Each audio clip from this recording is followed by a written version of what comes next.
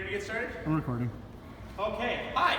Welcome to a Regent Ramas recording. Today we are going to be teaching a class on combination shots. This class is for beginners with an introduction to fakes and feints. Now I see there's some professionals in the audience, so we'll make sure that we get them to share their expertise with us. But I want to start with asking the question really quickly.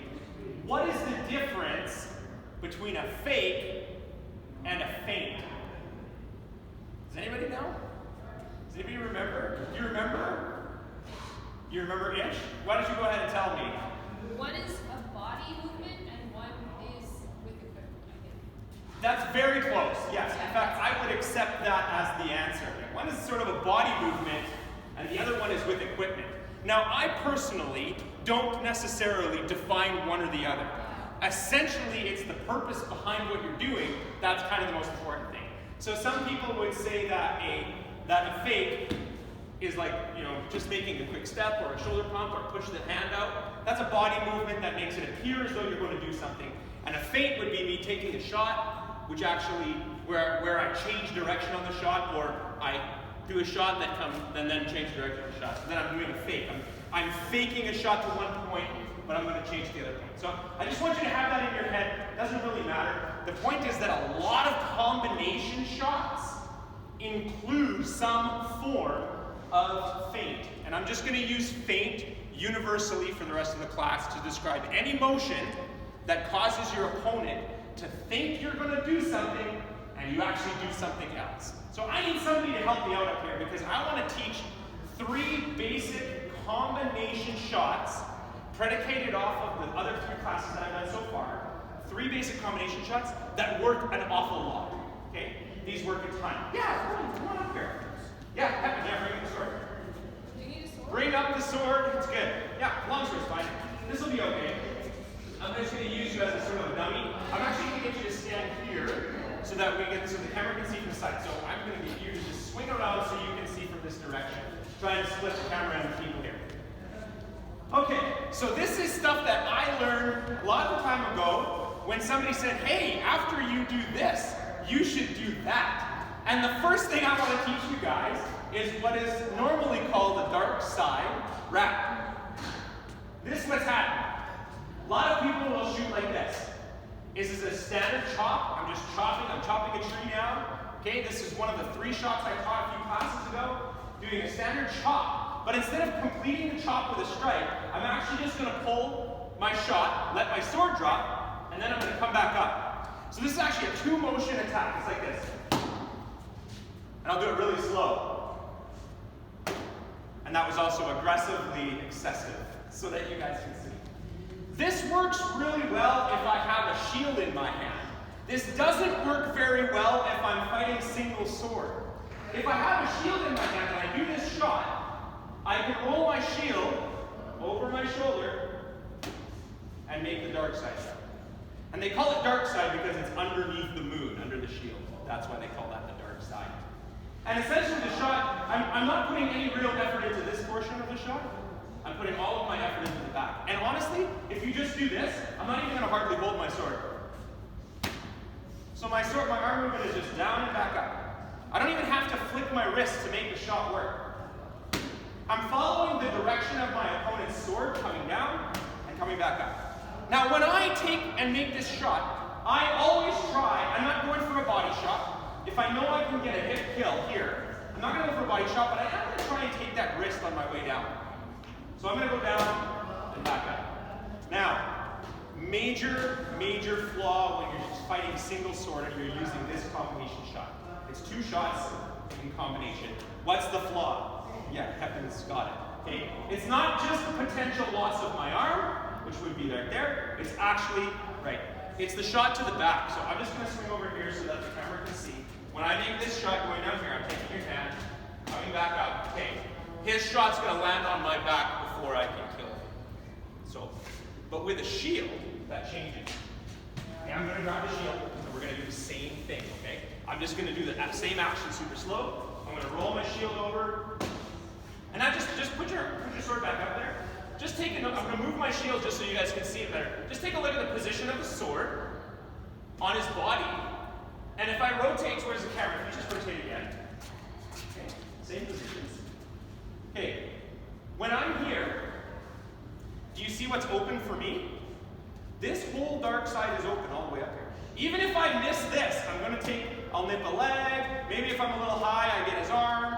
Maybe even I can do this, and with a step, I can get even deeper. I'm getting deeper than check. So this is a great combination shot, and a lot of players do it, and it just simply goes like this. Okay? And I'm just rolling my shield over. This is the defensive position we talked about last week to make that second shot. Okay, so that's the combination number 1. We're gonna call that a dark side.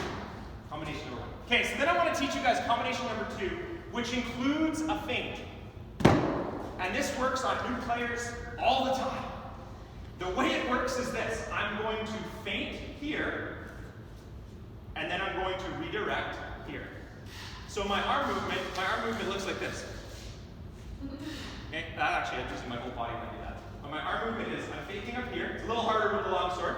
That's okay though. No, just keep it, it's fine. A little harder with the long sword. I'm just going to try and get into his visual range up here, and then just turn down here. And what I'm doing is I'm turning my body into just a chop. I'm actually creating just a chop shot with that. The reason I'm going up here is because every human being has a natural instinct to blink or flinch when you get close to their eyes. When you get in close to the head, when the body doesn't know what it is, the natural response is for people to flinch. We know a guy in our park who used to do this religiously. You would just do this and he would flinch. It was like he was just like, crippled. It was a crippling experience for him to fight because of the flinch effect. And believe it or not, whether they're really seasoned combat veterans or not, that flinch factor still stays, but there's another reason. So if I do this, that flinch factor, it's going to do one of two things. They're going to blink, they're going to rotate, they're going to shift their head, which is going to shift their gaze, or they're going to pull away. That's literally it's like a half a second movement, but that half a second is all I need to go from here to here. And the motion is not extreme. I don't have to be swinging down. I'm just going from here to here. My actual arm movement is like this, from here to here. Wingardium Leviosa. Wingardium Leviosa. Okay? It's the swish and flick. So this works a lot of the time. And again, with single sword, you can add a third shot. So I'm going to teach you the third shot really quick, okay? You can add a third shot. And all I've done is if I tapped his sword, and then I've gone up here. Now, what happens when you tap someone's sword? Does anybody know? Anybody know what happens when you tap someone's sword? I'm going to exaggerate the response just for you guys to see it. Go ahead and tap my sword.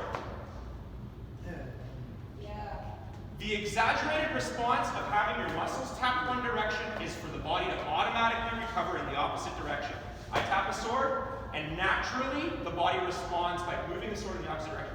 As beginners, the more advanced combatants use that against us all the time. We don't even really realize we're doing it. And even experienced combatants will do the same thing, but not to the same degree. They'll shift, but they don't necessarily shift the way you expect because of muscle memory. So whenever somebody hits my sword, believe it or not, my natural response is to return to the standard, my other position, or to pull. And if you can actually catch me doing that, this is me. If you can catch me doing that, you can kill me with it.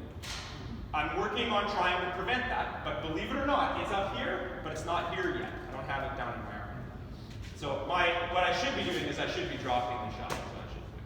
Anyway, that being said, the swish and flick, you don't have to move your arm a ton because it's the tip of the sword that's doing all the motion. Swish and flick. Swish and flick. So you don't have to move yourself a ton to do it. And the defensive position for this combo is the same as the last one. Swish and flick. Because believe it or not, when I'm landing, when I'm coming across, I'm rolling my shield, and I'm trying to keep the tip of my shield. I'm rolling my shield so that I'm keeping the tip on my wrist. So I'm just doing, this is the defensive position that we talked about last week. This is one of the 3 shield positions that we talked about. So it's just swish, and then flick. And I'm just flicking by bringing my sword down. So that's number 2.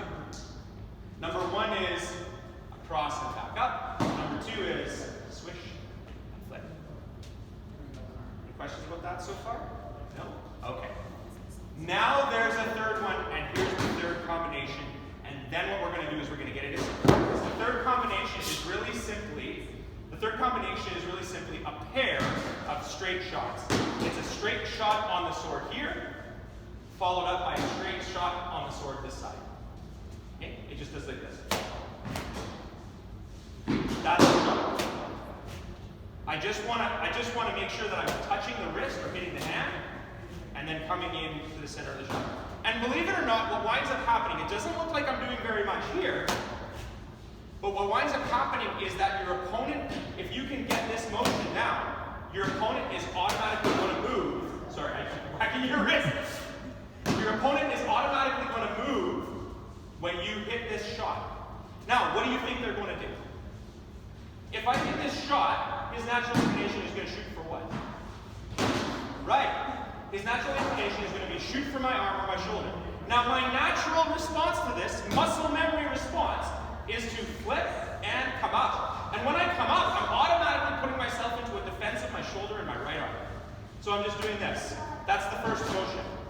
And then, because I'm automatically going to the center of my right arm, I'm just moving my shot a little bit and taking another shot. He is either going to step right or step left. He's going to shoot or he's not going to shoot. And my first shot is going to be to the wrist and then defend, and then another shot. And it's either going to come back down on the wrist because he shot at me, or it's going to come down on the inside of his sword and I'll miss, just fine. And then I can move out of the way. Or it's going to come down and he's going to have made the step I think he's going to. He's going to step in and I'm going to get the kill shot. It happens all the time, and we don't even realize we're doing it. And you will watch. There are some people who are really good at this. Sedge, for example, is genius at making this shot work. So it's just to the outside of the sword and then to the inside of the sword. That's it. So the 3 shots I want you guys to practice, these are 3 combinations that you can put into your regular rotation for combat. And for us who are beginners, we actually have to think about what we're going to do, which slows us down. Don't worry, you get killed, and then you think, I'll do it next time. It's fine.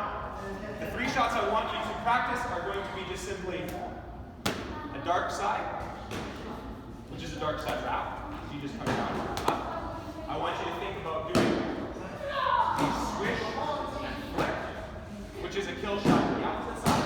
And it's using the flinch pattern of your opponents in order to make a kill. And it just looks like this.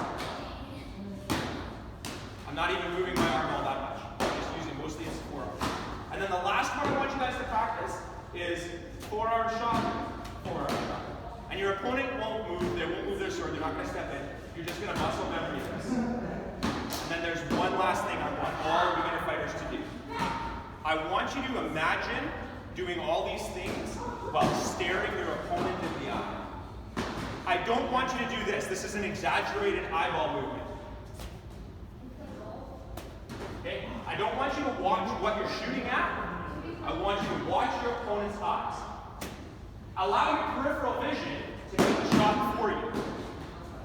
When you practice against a better fighter, pick a person, it doesn't matter who it is, and you watch what they're looking at, you can catch fighters who are less experienced looking at things like they're looking at your shoulder, they're looking at your leg, they're looking at your arm, they're looking at your elbow. But you should be looking at their eyes saying, what are you looking at? So that I know what you're going to try and shoot for. And it's a part of the practice when Paul taught his lesson last week. A part of the practice of getting to know your opponent and seeing what they're going to shoot at. That's a part of becoming a better fighter. So you should practice that. Okay. Last time for the camera. Here we go.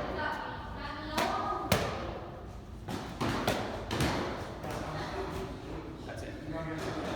So what I want you guys to do is pair up. Pair up into groups of 2. Thank you so very much for coming to the Regent Ramas recording.